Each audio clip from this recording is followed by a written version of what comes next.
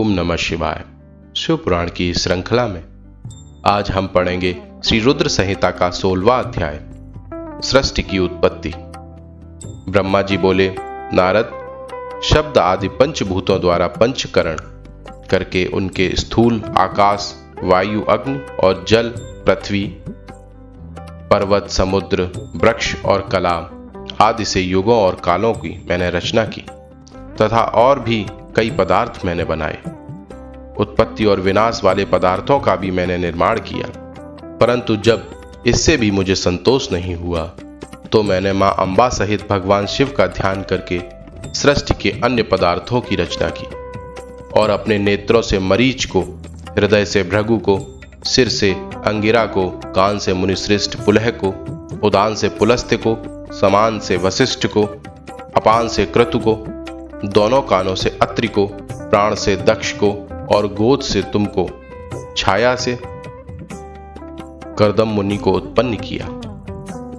तब साधनाओं के साधन धर्म को भी मैंने अपने संकल्प से प्रकट किया। मुनिश्रेष्ठ, इस तरह साधकों की रचना करके महादेव जी की कृपा से मैंने अपने को कृतार्थ माना। मेरे संकल्प से उत्पन्न धर्म मेरी आज्ञा से मानव का रूप धारण कर साधन करने लगे। इसके उपरांत मैंने अपने शरीर के विभिन्न अंगों से देवता व असुरों के रूप में अनेक पुत्रों की रचना करके उन्हें विभिन्न शरीर प्रदान किए। तत्पश्चात भगवान शिव की प्रेरणा से मैं अपने शरीर के 2 भागों में विभक्त कर 2 रूपों वाला हो गया। मैं आधे शरीर से पुरुष व आधे से नारी हो गया। पुरुष स्वयंभू मनु नाम से प्रसिद्ध हुए एवं उच्च कोटि के साधक कहलाए।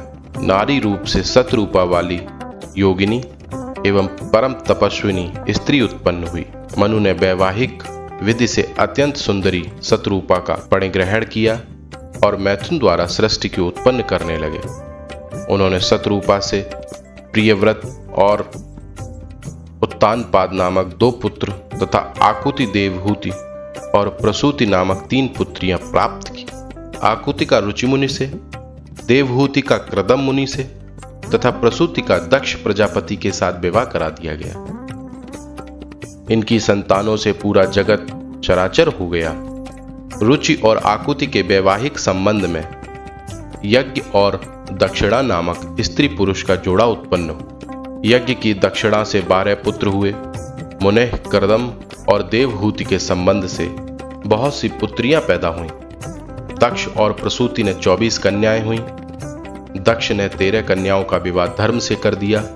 ये 13 कन्याएं श्रद्धा, लक्ष्मी, धृति, तुष्टि, पुष्टि, मेधा, क्रिया, बुद्धि, लज्जा, वशु, शांति, सिद्धि और कीर्ति हैं। अन्य 11 कन्याएं ख्याति, सती, संगूति, स्मृति, प्रीति, क्षमा, संतनी,